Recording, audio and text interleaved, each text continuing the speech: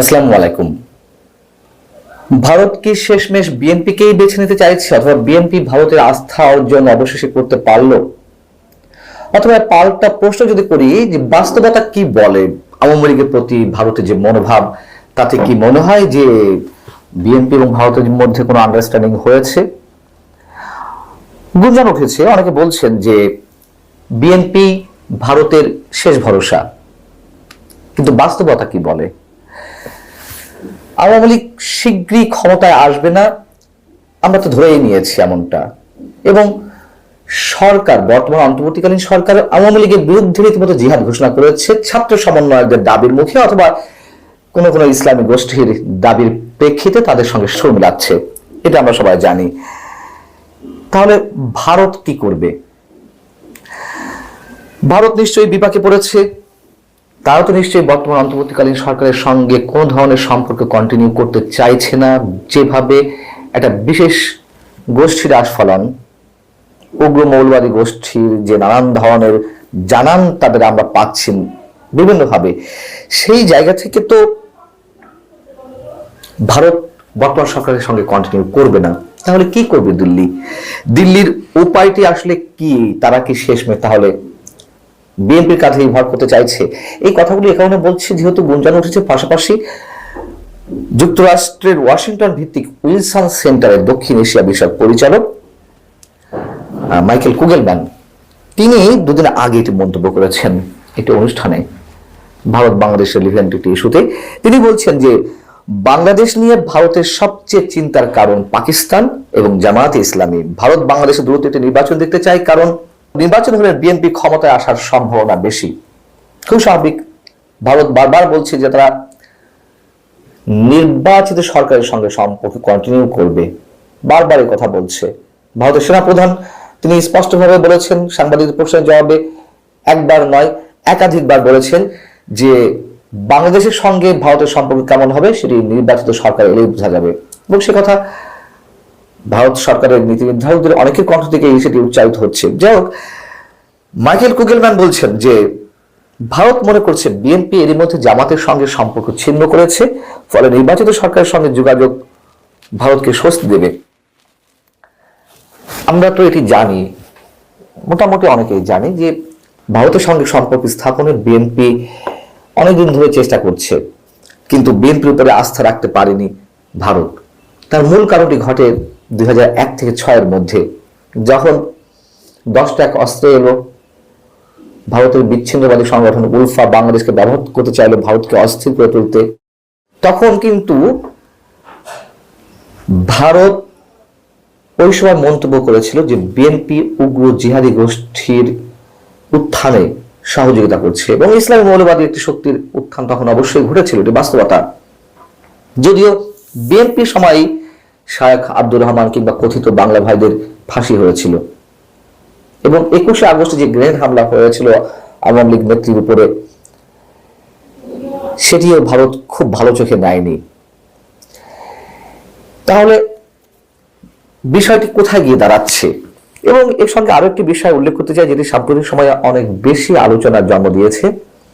এত যে নানান ইস্যু নির্বাচনকে কেন্দ্র করে এবং রাজনৈতিক দামাদলের মধ্যে এত এত ইস্যু রয়েছে, তার মধ্যে তো অবশ্যই উগ্র মৌলবাদী গোষ্ঠীর উত্থান, মুক্তিযুদ্ধের চেতনায় আঘাত করা, অনেক ইস্যু রয়েছে। তার মধ্যে বিএনপি হঠাৎ করে তিস্তার পানির দাবিতে যে লং মার্চ করলো, এটি অনেকের দৃষ্টিতে বেশ গুরুত্ব পেয়েছে। কেন বিএনপি হঠাৎ করে তিস্তা ইস্যুতে এত বড় প্রোগ্রাম থ্রো করলো এবং সফলভাবে তারা সম্পূর্ণ করেছে? চীনকে খুশি করতে?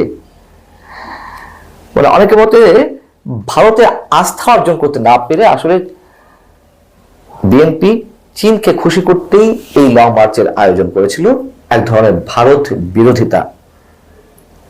আবার অনেকে এটাও বলতে পারেন যে ভারতের চোখে বিএনপির ইম্পর্টেন্সটি তুলে ধরতে বিএনপি ভারতের এই বিরোধিতাটা করেছে, হতে পারে। এখন চীনের সঙ্গে তো একটি সম্পর্ক জামায়াত ইসলামী কিংবা বর্তমান যে অন্যান্য রাজনৈতিক দল রয়েছে তার মধ্যে ডানপন্থী যে দলগুলো, তাদের সাথে একটা সক্ষতা গড়ে উঠেছেই। পাশাপাশি আমরা দেখছি যে গত কয়েকদিনের মধ্যেই বিএনপির বিভিন্ন পর্যায়ের নেতা চীন সফরে গিয়েছে এবং সব শেষ পর্যায়ে ছাত্র দলের নেতারা এখন চীন সফরে রয়েছেন। এই জায়গা থেকে আসলে কোথায় যাচ্ছে বিএনপি এবং বিএনপি রাজনৈতিক ভবিষ্যৎটি যে খুব বেশি ভালো এরকমটি মনে হচ্ছে না। যদি আমি আবারও বলি, এই মুহূর্তে বিএনপির সবচেয়ে বড় জনপ্রিয় রাজনৈতিক দল, তারা যে ঠান্ডা মাথায় খেলছে এটি অনেকে প্রশংসা পাচ্ছে, আমিও নিজের প্রশংসা করি, কিন্তু ঠান্ডা মাথায় খেলতে গিয়ে বিএনপি যেন সবকিছু বুমেরাং না হয়ে যায় সেটাও অনেকে বলছেন যে অনেক বেশি সময় নিয়ে নিচ্ছে কিনা বিএনপি। আমরা জানি না বিএনপি কোন অবস্থায় আছে। সেনাপ্রধানের কথা বলছিলাম, ভারতের সেনাপ্রধান উপেন্দ্র দ্বিবেদী, তিনি তো স্পষ্টভাবে বলেছেন যে একটা নির্বাচিত সরকারের সঙ্গে ভারতের সম্পর্ক দাঁড়াবে।